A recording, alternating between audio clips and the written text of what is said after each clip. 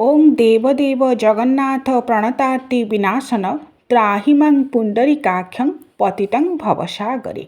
बलभद्र जगन्नाथ सुभद्रांच सुदर्शन दारुब्रह्म स्वरूपाय चतुर्धा मूर्तये नमः। परं ब्रह्म दारु ब्रह्म महाप्रभु श्री जगन्नाथ जी एकस्य अनेका एकरु अनेक होई चतुर्धा मूर्ति स्वरूपरे पूतक्षेत्र पावन क्षेत्र में विराजमान करछन्ति। जी हेउछन्ति समग्र विश्व जनमानसर भक्तमानंकर प्रतिभु।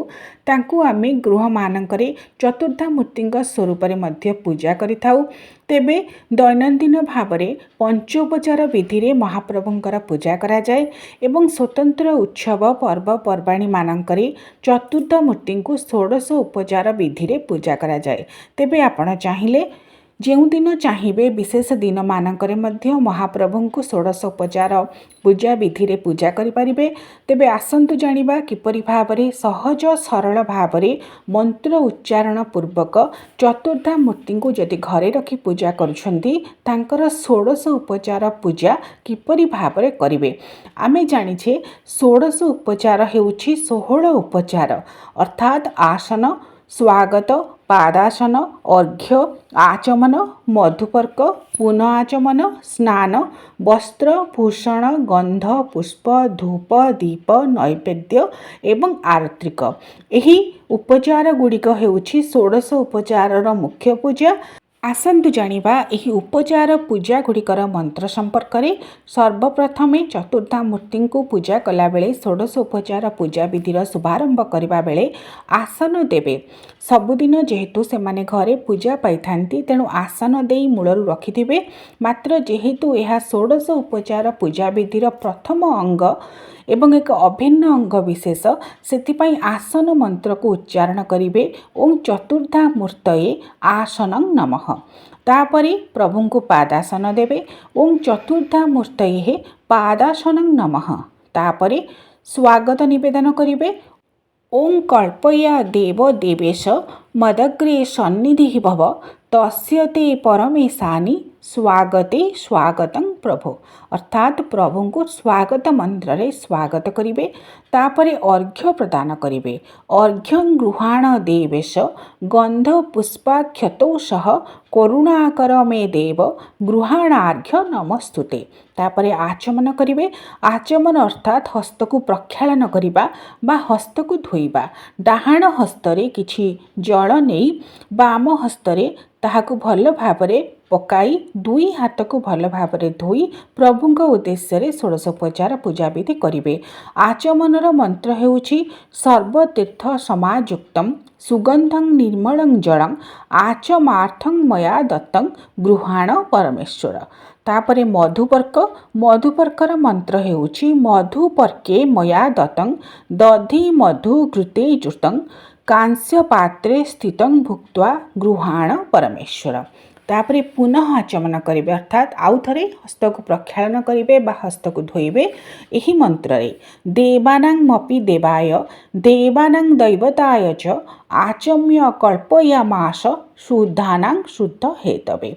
जेते थर भी पुनः आचमन करिवे बा हाथ धोइबे षोडशोपचार पूजा विधि समय सेतबेले एही पुनः आचमन मंत्र टिके उच्चारण करिवे। तापरे चतुर्धा मूर्तिंकर स्नान करिवे। जेहेतु चतुर्धा मूर्तिंकर स्नान वर्षकरे गोटे थर प्रत्यक्ष स्नान हुए। पवित्र ज्येष्ठ पूर्णिमा देवस्नान पूर्णिमा अवसर रे एवं अन्य समय रे वर्ष सारा महाप्रभुंकर प्रतीक स्नान विधि अनुष्ठित हुए।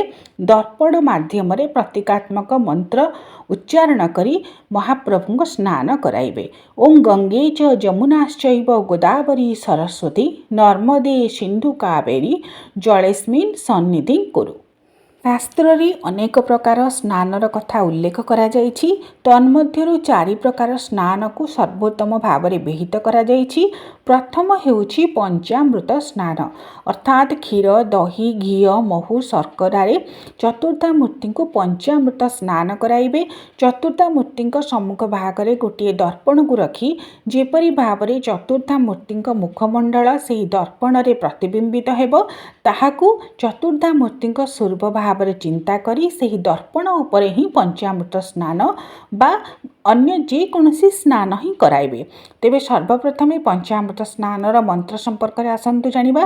ପଞ୍ଚାମୃତ ମୟା ନୀତଂ ପୟୋଦଧିଘୃତ ମଧୁ ଶର୍କରା ଚ ସମାଯୁକ୍ତାଂ ସ୍ନାନାର୍ଥଂ ପ୍ରତିଗୁହ୍ୟତାଂ।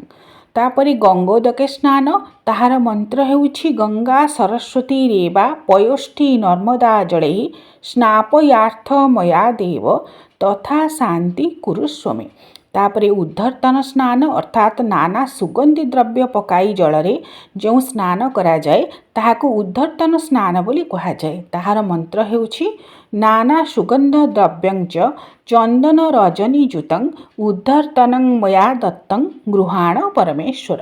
ଏସବୁ ସ୍ନାନକୁ ଅନୁଷ୍ଠିତ କରାଇବା ପରେ ଶୁଦ୍ଧ ସ୍ନାନ, ତାହାର ମନ୍ତ୍ର ହେଉଛି କାବେରୀ ନର୍ମଦା ବେଣୀ ତୁଙ୍ଗଭଦ୍ରା ସରସ୍ୱତୀ ଗଙ୍ଗା ଚ ଯମୁନାଶ୍ଚୈବ ସ୍ନାନାର୍ଥଂ ପ୍ରତିଗୃହ୍ୟତାଂ। 4 ପ୍ରକାର ସ୍ନାନ ଚତୁର୍ଦ୍ଧାମୂର୍ତ୍ତିଙ୍କ ଉଦ୍ଦେଶ୍ୟରେ କରିବେ।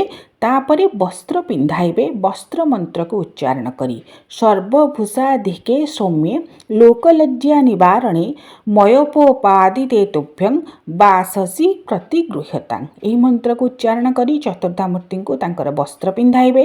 ଉତ୍ତରୀୟ ମନ୍ତ୍ର ଉଚ୍ଚାରଣ କରି ଉତ୍ତରୀୟ ପିନ୍ଧାଇବେ। କଟି ପ୍ରଦେଶେ ବସନଂ ଚୋତ୍ତରୀୟଂ ହୃଦାମ୍ବୁନା ତସ୍ୟ તે ପରମେଶାନଂ କଳ୍ପୟାମି ସତେନ ଚ। ତାପରେ ପୁନଃ ଆଚମନ କରିବେ। ପୁନଃ ଆଚମନ ମନ୍ତ୍ର ମୁଁ ପୂର୍ବରୁ କହିଥିଲି। ଦେବାନାଂ ମପି ଦେବାୟ ଦେବାନାଂ ଦୈବତାୟ ଚ ଆଚମ୍ୟ କଳ୍ପୟାମାସ ଶୁଦ୍ଧାନାଂ ଶୁଦ୍ଧି ହେତବେ। ତାପରେ ଆଭରଣ ବା ଆଭୂଷଣ ପ୍ରଦାନ କରିବେ। ସୁବର୍ଣ୍ଣ ହୀରକଂ ନୀଳଂ ମାଣିକ୍ୟଂ ରଜତ ମୌକ୍ତିକଂ ବୈଦୁର୍ଯ୍ୟାନି ପ୍ରବାଳଞ୍ଚ ଅଷ୍ଟଳଙ୍କାର ଭୂଷଣଂ। ଏପରି ଭାବରେ ଅଷ୍ଟ ଅଳଙ୍କାରକୁ ପ୍ରଦାନ କରିବାର ବିଧି ରହିଛି। ମାତ୍ର ଯିଏ ଯାହା ସମ୍ଭବ ହୋଇପାରେ ତାହାକୁ ପ୍ରଦାନ କରିବେ ଚତୁର୍ଦ୍ଧାମୂର୍ତ୍ତିଙ୍କ ଉଦ୍ଦେଶ୍ୟରେ, କିମ୍ବା ଯାହା ମିଳୁଛି ବଜାରରେ ଚତୁର୍ଦ୍ଧାମୂର୍ତ୍ତିଙ୍କର ସ୍ୱତନ୍ତ୍ର ଆଭୂଷଣ ମିଳୁଛି, ସ୍ୱତନ୍ତ୍ର ବସ୍ତ୍ର ମିଳୁଛି, ତାକୁ ଆଣି ମଧ୍ୟ ପ୍ରଭୁଙ୍କ ଉଦ୍ଦେଶ୍ୟରେ ଲାଗି କରାଇ ପାରିବେ। ତାପରେ ପ୍ରଭୁଙ୍କୁ ଦର୍ପଣ ଦେଖାଇବେ। ଏହି ମନ୍ତ୍ରରେ ଅରୂପାୟ ସ୍ୱରୂପାୟ ଦିବ୍ୟ ରୂପାୟ ତେ ନମଃ ମୁଖାବଲୋକନଂ କୁର୍ଯାତ୍ ଦର୍ପଣାୟ ନିବେଦୟାତ୍। ତାପର ବିଧି ହେଉଛି ପ୍ରଭୁଙ୍କ ଉଦ୍ଦେଶ୍ୟରେ ଗନ୍ଧ ବା ଚନ୍ଦନ ପ୍ରଦାନ କରିବା। ଶ୍ରୀଖଣ୍ଡଂ ଚନ୍ଦନଂ ଦିବ୍ୟ ଗନ୍ଧାଢ୍ୟଂ ସୁମନୋହରଂ ବିଲେପନଂ ସୁରଶ୍ରେଷ୍ଠ ଚନ୍ଦନଂ ପ୍ରତିଗୃହ୍ୟତାଂ। ଏହି ମନ୍ତ୍ରକୁ ଉଚ୍ଚାରଣ କରି ମହାପ୍ରଭୁଙ୍କୁ ଚନ୍ଦନ ଦେବେ। ତାପରେ ଅକ୍ଷତ ଦେବେ। ଅକ୍ଷତାଶ୍ଚ ସୁରଶ୍ରେଷ୍ଠ କୁଙ୍କୁମାକ୍ତ ସୁଶୋଭିତାଃ ମୟା ନିବେଦିତା ଭକ୍ତ୍ୟା ଗୃହାଣ ପରମେଶ୍ୱରଃ। ତାପରେ ପୁଷ୍ପ ଦେବେ। ପୁଷ୍ପ ମନ୍ତ୍ର ହେଉଛି ସୁମାଲ୍ୟାନି ସୁଗନ୍ଧିନି ମାଳଢ୍ୟା ଦେନିବେ ପ୍ରଭୋ ମୟା ହୃତାନି ପୂଜାର୍ଥଂ ପୁଷ୍ପାଣି ପ୍ରତିଗୃହ୍ୟତାଂ। ସାଧାରଣତଃ ଧଳା ଏବଂ ହଳଦିଆ ରଙ୍ଗର ସୁଗନ୍ଧିତ ପୁଷ୍ପ, ମାଳତୀ ପୁଷ୍ପ, ପଦ୍ମ ପୁଷ୍ପ ମହାପ୍ରଭୁଙ୍କର ଅତୀବ ପ୍ରିୟ। ତା ସହିତ ଜୁଇ, ଜାଇ, ହେନା ଏହିସବୁ ପୁଷ୍ପକୁ ମଧ୍ୟ ଦେଇପାରିବେ। ତାପରେ ଧୂପ ଦେବେ। ବନସ୍ପତି ରସୋଦ୍ଭୂତ ଗନ୍ଧାଢ୍ୟୋ ଗନ୍ଧମୁତ୍ତମ ଆଘ୍ରେୟ ସର୍ବଦେବାନାଂ ଧୂପୟୋ ପ୍ରତିଗୃହ୍ୟତାଂ। ତାପରେ ଆଚମନ କରିବେ। ଦେବାନାଂ ମପି ଦେବାୟ ଦେବାନାଂ ଦୈବତାୟ ଚ ଆଚମ୍ୟ କଳ୍ପୟାମାସ ଶୁଦ୍ଧାନାଂ ଶୁଦ୍ଧି ହେତବେ। ଧୂପ ଦେବେ, ତାପରେ ଆଚମନ କରିବେ, ତାପରେ ଦୀପ ଦେବେ। ସାଜ୍ୟ ଚ ବର୍ତ୍ତି ସଂଯୁକ୍ତଂ ବହ୍ନିନାଂ ଯୋଜିତମୟା ଦୀପୋ ଗୃହାଣ ଦେବେଶ ତ୍ରୈଲୋକ୍ୟ ତିମିରାଂପଃ। ଦୀପ ଦେଲା ପରେ ପୁଣି ଆଉ ଥରେ ଆଚମନ କରିବେ ପୁନଃ ଆଚମନ ମନ୍ତ୍ରରେ। ତାପରେ ମହାପ୍ରଭୁଙ୍କ ଉଦ୍ଦେଶ୍ୟରେ ନୈବେଦ୍ୟ ସମର୍ପଣ କରିବେ। ଜଗତ୍ ଆହ୍ଲାଦିକ ଦିବ୍ୟ ନୈବେଦ୍ୟମିଦମୁତ୍ତମଂ ଗୃହାଣ୍ୟ ପୁଣ୍ଡରୀକାକ୍ଷଂ ଭକ୍ତବତ୍ସଳ ତେଜସା ଘୃତ ପକ୍ୱ ହବିଷାନ୍ନ ପାୟସ ଚ ଶର୍କରଂ ନାନାବିଧଞ୍ଚ ନୈବେଦ୍ୟଂ ବିଷ୍ଣୁ ମେ ପ୍ରତିଗୃହାଣଂ। ଶର୍କରା ଖଣ୍ଡ ସଂଯୁକ୍ତଂ ଦଧି କ୍ଷୀର ଘୃତାନି ଚ ଲେହ ପେୟ ଭକ୍ଷ୍ୟ ଭୋଜ୍ୟଂ ନୈବେଦ୍ୟ ପ୍ରତିଗୃହାଣଂ। ଏହି ମନ୍ତ୍ରକୁ ଉଚ୍ଚାରଣ କରି ଚତୁର୍ଦ୍ଧାମୂର୍ତ୍ତିଙ୍କ ଉଦ୍ଦେଶ୍ୟରେ ନୈବେଦ୍ୟ ଦେବେ। ନୈବେଦ୍ୟ ଦେଲା ପରେ ତାମ୍ବୁଳ ଦେବେ। ଲବଙ୍ଗ କର୍ପୂରଯୁକ୍ତଂ ତାମ୍ବୁଳ ସ୍ୱରପୂଜିତଂ ପ୍ରତିଗୃହାଣ ଦେବେଶ ମମ ସଖ୍ୟ ବିବର୍ଦ୍ଧୟ ନାଗବଲ୍ଲୀ ଦଳଂରମ୍ୟ କର୍ପୂରାଦି ସୁବାସିତଂ ମୁଖ ଶୁଦ୍ଧି ବିଧାନାୟ ତାମ୍ବୁଳ ପ୍ରତିଗୃହ୍ୟତାଂ। ଷୋଡ଼ଶ ଉପଚାର ପୂଜାବିଧିର ସର୍ବଶେଷ ବିଧି ହେଉଛି ଆଳତୀ ବା ଆରତ୍ରିକ। ଏହି ମନ୍ତ୍ରକୁ ଉଚ୍ଚାରଣ କରି ଚତୁର୍ଦ୍ଧାମୂର୍ତ୍ତିଙ୍କ ଉଦ୍ଦେଶ୍ୟରେ ଆରତ୍ରିକ ବା ଆଳତୀ ନିବେଦନ କରିବେ।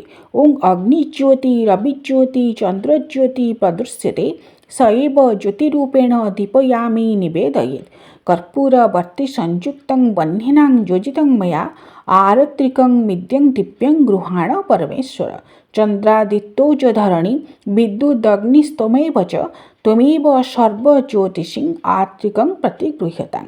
ଓଂ ଚତୁର୍ଦ୍ଧାମୂର୍ତ୍ତये ଆରତ୍ରିକ ସମର୍ପୟାମି। ଏହିପରି ଭାବରେ ଚତୁର୍ଦ୍ଧାମୂର୍ତ୍ତିଙ୍କ ଉଦ୍ଦେଶ୍ୟରେ ଷୋଡ଼ଶ ଉପଚାର ପୂଜାବିଧି ସମାପ୍ତ ହୁଏ। ଯଦି ମନ୍ତ୍ର ଉଚ୍ଚାରଣ କରି ପୂଜା କରିପାରୁନାହାନ୍ତି ତେବେ କେବଳ ଏହି ବିଧି ଅନୁସାରେ ମଧ୍ୟ ମହାପ୍ରଭୁଙ୍କର ଷୋଡ଼ଶ ଉପଚାର ଘରେ କରିପାରିବେ ଏବଂ ପରିଶେଷରେ କ୍ଷମା ପ୍ରାର୍ଥନା ମନ୍ତ୍ରରେ କ୍ଷମା ମାଗିବେ। କାଳେ କିଛି ଭୁଲ ହୋଇଯାଇଥିବ ସେଥିପାଇଁ ମହାପ୍ରଭୁଙ୍କ ଉଦ୍ଦେଶ୍ୟରେ କ୍ଷମା ପ୍ରାର୍ଥନା କରିବେ। ଅପରାଧ ସହସ୍ରାଣୀ କ୍ରିୟନ୍ତେ ଅହର୍ନିଶଂ ମୟା ଦାସୋୟମିତି ମାଂ ମତ୍ୱା କ୍ଷମସ୍ୱ ପରମେଶ୍ୱର ଆବାହନଂ ନ ଜାନାମି ତବାର୍ଚ୍ଚନଂ ପୂଜାଂ ଚୈବ ନ ଜାନାମି କ୍ଷମ୍ୟତାଂ ପରମେଶ୍ୱର ମନ୍ତ୍ରହୀନଂ କ୍ରିୟାହୀନଂ ଭକ୍ତିହୀନଂ ସୁରେଶ୍ୱର ଯତ୍ପୂଜିତଂ ମୟା ଦେବ ପରିପୂର୍ଣ୍ଣ ତଦସ୍ତୁ ମେ।